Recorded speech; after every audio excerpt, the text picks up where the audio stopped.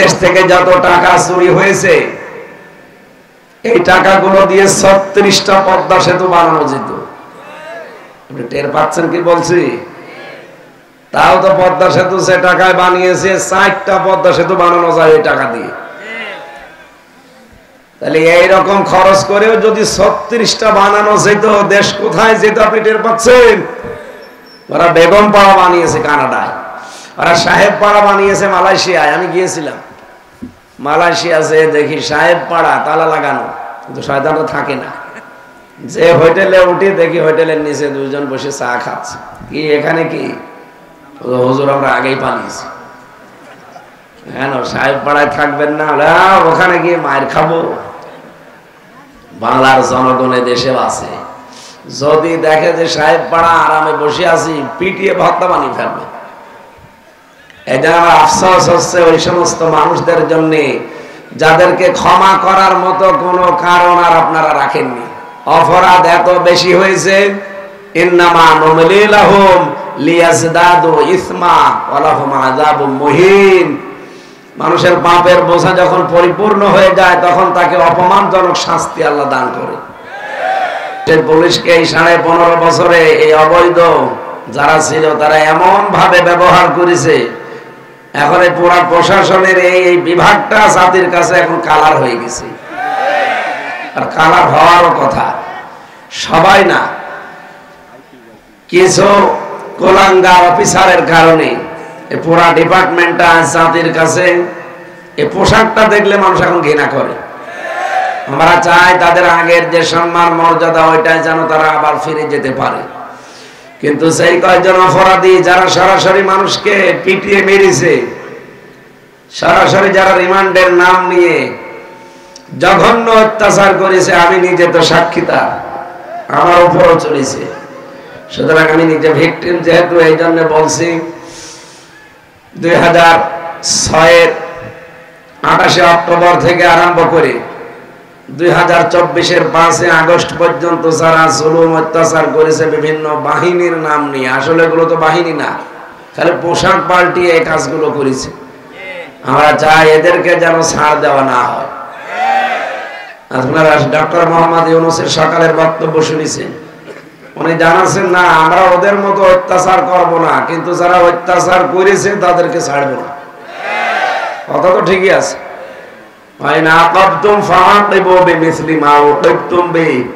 যতটুকু অত্যাচারিত হয়েছে অতটুকু যদি প্রতিশোধ নাও গোনা নেই, অতটুকু যদি নেওয়া যায় আমার মনে হয় ওরা একটা জালেমও টিকার কথা না। ওরা যা করেছে আল্লাহর আরশ পর্যন্ত এখনো কাঁপতে আছে। যুব দলের একজন ভাইকে দেখলাম তারে পিটিয়ে কিভাবে মারা হয়েছে, আজকে ভিডিও বের হয়েছে।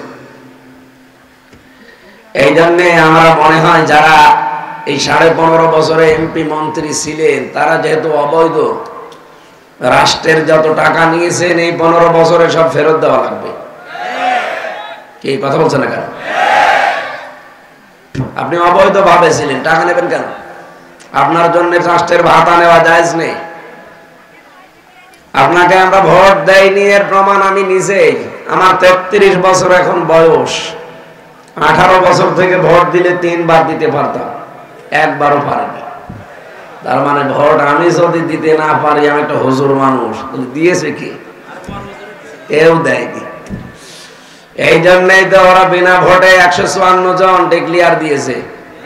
বলেন, আর একবার দিনের ভোট রাতে করে ফেলেছে। আর যে এইবার গেল, এটা যে কি হয়েছে আল্লাহ জানে আর ওরা জানে।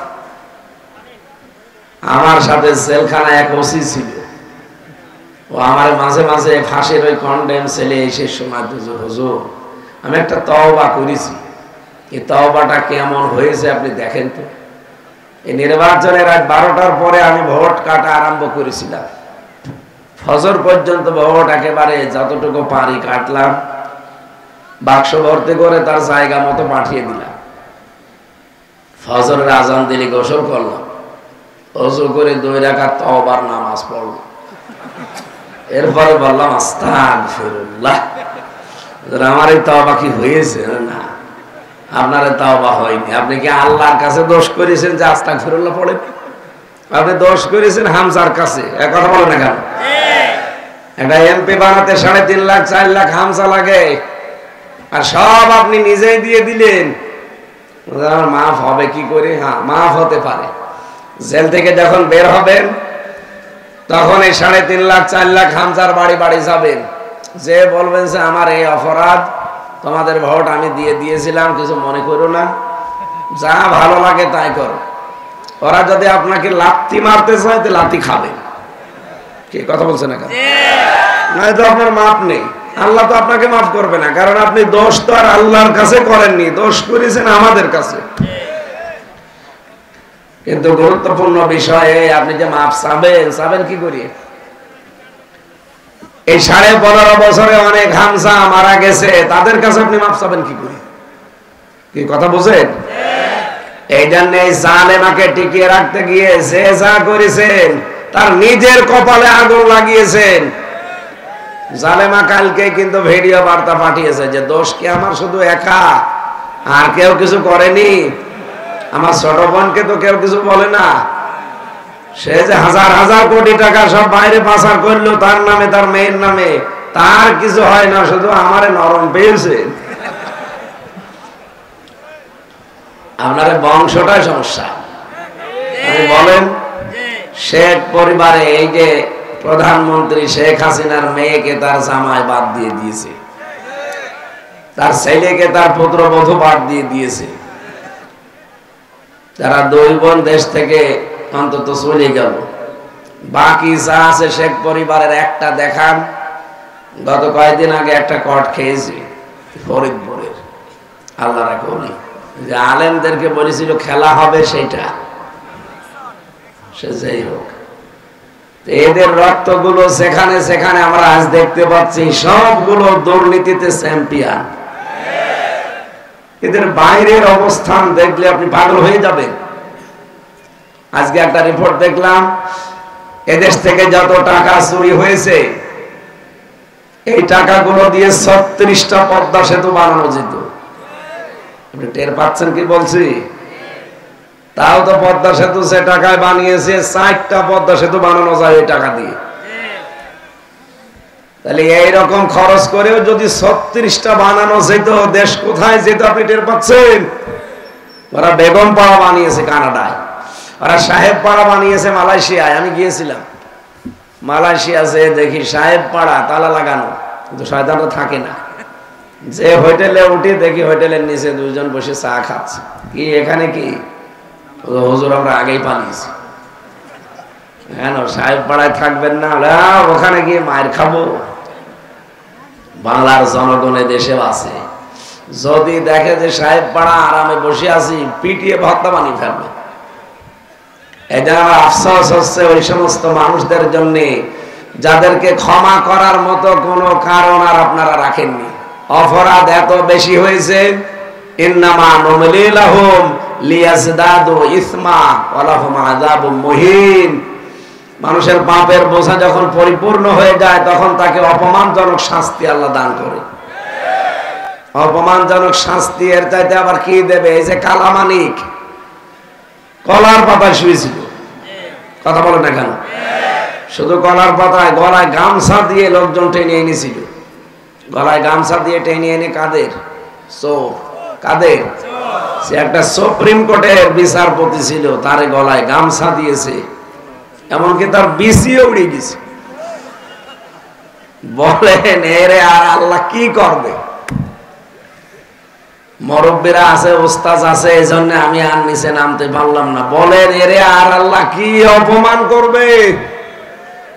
এখান থেকে যদি কেউ শিক্ষা না নেয়, ধানমন্দির 32 নম্বর ভাঙা হয়েছে, অনেকে মায়া কান্না করছে, হ্যাঁ ইতিহাস মুছে ফেলতে চান। আরে ভাই, ইতিহাস তো আমরা মুছতে চাই না, আল্লাহ নিজে মুছে দিয়েছে। সূরা নমল 19 নম্বর পারা 20 নম্বর পৃষ্ঠা 7 নম্বর লাইনের 52 নম্বর আয়াতে আছে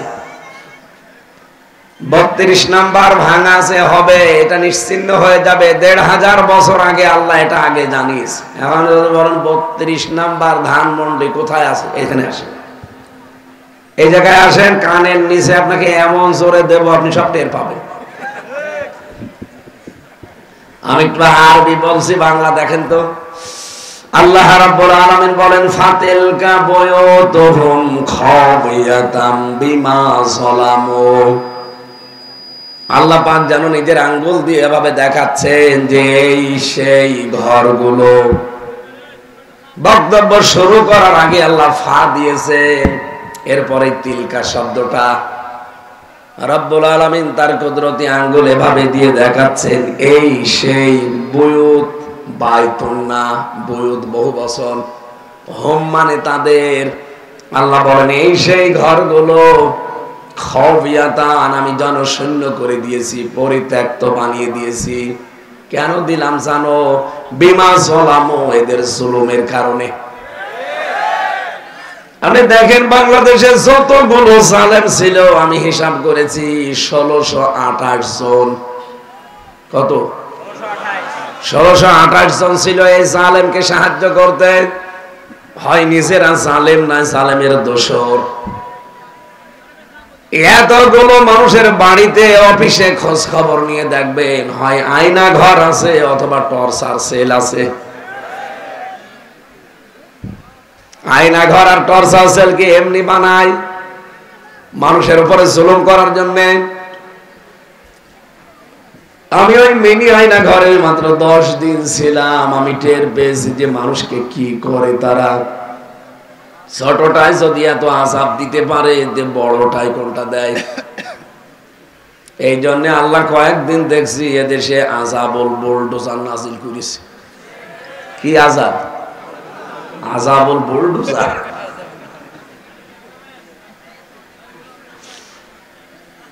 এরকম একটা চেয়ারে বসিয়ে দেয়, হাতের সাথে পায়ের সাথে ক্লিপ লাগিয়ে দেয়, গলার সাথে তার বেঁধে দেয়। এমন একটা মেশিন ওদের আছে, হাতের আঙ্গুল আর পায়ের আঙ্গুলের সাথে মিল করা। শুধুমাত্র সামনে রেখে সুইচ টিপ দেবে, একবারে আপনার হাতে আর পায়ের আঙ্গুলের নখগুলো খুলে চলে আসবে। বলতে যত সহজ মনে হচ্ছে, বিষয়টা অত সহজ এতটুকু শেষ করে দে না। যখন ফিনকি দিয়ে রক্ত বের হয় তখন আস্তে করে ওর উপরে লবণ ছিটিয়ে দেয়। কি যে চিল্লানো ওই সময় মাটির নিচে আমি দেখেছি। আমার কাছেও নিয়ে এসেছিল মেশিন, চেয়ারে বসিয়ে সব যেহেতু আপনার আটক করা, হাত পা গলা, আপনি তো নড়তেও পারবেন না। একবার শুধু সুইচ টিপ দেবে, 1 মিনিটে 120 বার ঘুরবেন। 1 মিনিট পরে মনে হবে যে এই পৃথিবী আমি 10টা দেখতে পাচ্ছি। টিটকারি মারে তখন কি তোমাদের আল্লাহ জানিয়েছে যে মরণের পরে নাকি 10 দুনিয়ার সমান জান্নাত দেওয়া হবে? এখন দেখতে পাও, কি জবাব দেবেন বলেন তো? আল্লাহরও ভুল ধরে মাঝে মাঝে। এই কঠিন পরিস্থিতিগুলো যেখানে যেখানে তৈরি হয়েছে, আপনি দেখবেন বাংলাদেশের অধিকাংশ এমপি, মন্ত্রী আর উপজেলা চেয়ারম্যান, মেয়র আর বড় বড় সরকারি যারা আমলা ছিল, কর্মকর্তা, এদের বাড়িতে অফিসে আমি নিজে পেয়েছি মাটির নিচে টর্চার সেল। আল্লাহ বলেন বাড়ি ঘরগুলো আমি খাবিয়াতান করে দিলাম। কেন জানো? জনশূন্য হয়ে আছে আজ। এটা আজ ওঝার গৃহ হয়ে গেছে। সারা বাড়ি, কেউ এখানে আর থাকে না, পরিত্যক্ত করে দিলাম বিমা যালামু, এদের জুলুমের কারণে। ধানমন্ডির 32 নাম্বার যেটা হবে এখন না, এটা 1500 বছর আগে আল্লাহ নাজিল করে জানিয়ে দিয়েছেন। মানুষের বাড়ি ঘর করে কোন ওঝার গৃহ এমনি হয় না, অবশ্যই এর পেছনে কোন ইতিহাস আছে। এখন অনেকেই কিন্তু মাটির নিচে দেখা যাচ্ছে মানুষের হাড় গোড়ো পাচ্ছে, চুল পাচ্ছে, নখ পাচ্ছে, পুরাতন জামা কাপড় পাওয়া যাচ্ছে। আমি তো ছোটটাই ছিলাম, এর জন্য আমি বড়টার খবর জানি না। কিন্তু ফাঁসির ওই কন্ডেম ছেলে 3টা বছরে অনেকে আমার গোপন কথা জানিয়েছে। 2 বছর, 5 বছর, 7 বছর, 10 বছর পড়ে আছে, কেউ জানে না। হাতের নখগুলো এত বড় বড় হয়ে যায়, চুল দাড়ি গোপ মনে হচ্ছে জঙ্গল থেকে বেরিয়ে আসতেছে। কেউ কেউ দেখতাম আঙ্গুল দিয়ে এই দেওয়ালের সাথে খসিয়ে খসিয়ে লিখে রাখে ভাঙ্গা ভাঙ্গা অক্ষরে যে ভাই কেউ যদি বাইরে যেতে পারে এই নাম্বারটাই অন্তত জানাবে যে আমি বেশি আছি। আমি জাস্ট 2 বছর 5 বছর 7 বছর 10 বছর আছি, কেউ জানে না। দয়া করে কেউ যেতে পারলে এটা একটু জানাবেন। 1.5-2 মিনিট সময় দেয় মাত্র টয়লেট করার জন্য। সকালে কয়েকটা পচা ছোলা দিয়েছে, তো দুপুর বেলা দিত 1 মোট ভাত, তাও মনে হচ্ছে কেউ মাখিয়ে দিয়েছে। এই কঠিন পরিস্থিতির কারণে আমার মনে হয় আজ জালেমদের বাড়ি ঘর গুলো আর সব আল্লাহ পরিত্যক্ত বানিয়ে দিচ্ছে। এর বাস্তব প্রমাণ আমার কুষ্টিয়ার হানিফের বাড়ি। ফেব্রুয়ারির 5 তারিখ আবার নতুন করে আর এক গজব নাজিল হয়েছে। 6 মাস আগে একবার আগস্টের 5 তারিখে বিকালে হয়েছিল, আবার ফেব্রুয়ারির 5 তারিখে বিকালে আর একবার হয়েছে। তার মানে আল্লাহ জানাতে চায় যে না, ওর চিহ্ন পর্যন্ত রাখা যাবে না। ফাকতিয়া দাবিরুল কওমিল্লাযিনা যালামু,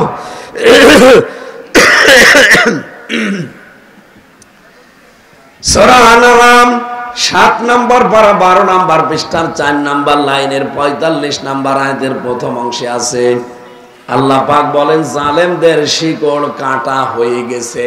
কেটেছে কে? না না, আপনি আলেম, এখানে আলেম বসে নেই। কতিয়া এটা মজহুল, এর ফাইল কর্তাকে জানা নেই।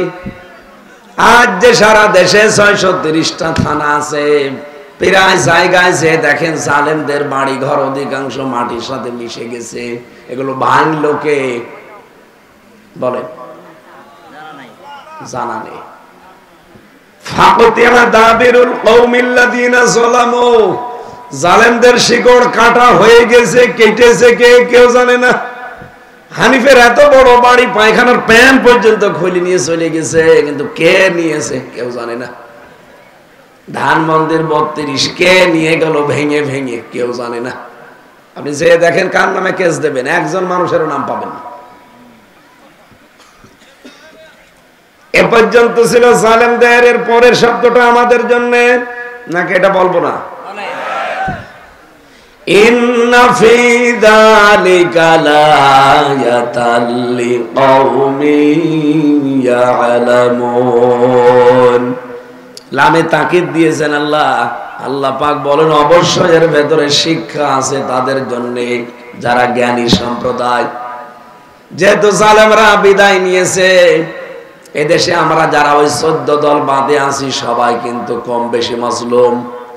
কথা বলেন না কেন? এই মাজলুম মানুষ যারা সামনে চেয়ারে বসবেন, তাদের কিন্তু শিক্ষা এখান থেকে, আপনারাও যদি সামনে জুলুম করেন আপনার বাড়ি 5 বছর পরে শ্মশান হয়ে যাবে।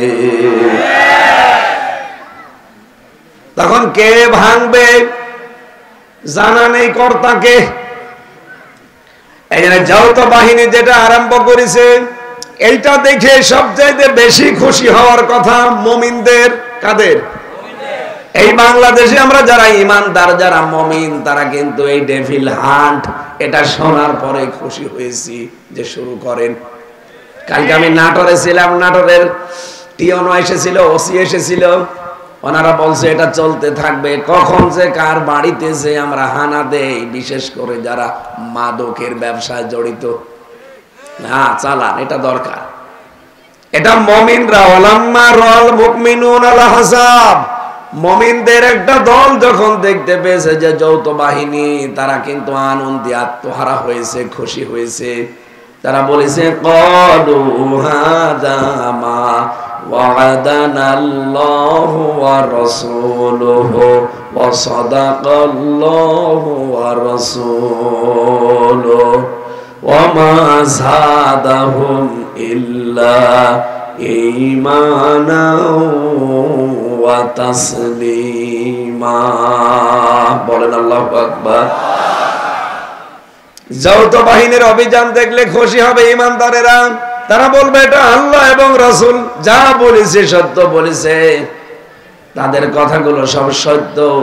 কিন্তু এটা দেখলেই সবচাইতে কষ্ট পাবে, ক্ষতি হবে তাদের যারা খুনি, যারা মাদক ব্যবসায়ী, আর যারা জুলুমবাজ। এই তিনটা আগুন যাদের আছে দেখেন তারা এখন কিন্তু আতঙ্কে আছে। এক কথা বলে না কেন? এই জন্য যৌথ বাহিনী ডেভিল হান্ট যা চালাচ্ছে, শয়তানের খোঁজে চালাক। আমাদের অসুবিধা নেই, কারণ আমরা মাদকের সাথে জড়িত না, খুনের সাথে জড়িত না, আমরা জুলুমের সাথেও সম্পৃক্ত না। বলেন বলেন, এর সাথে যারা আছে তারা এখন এই মোবাইলে এরকম ফোন রেকর্ড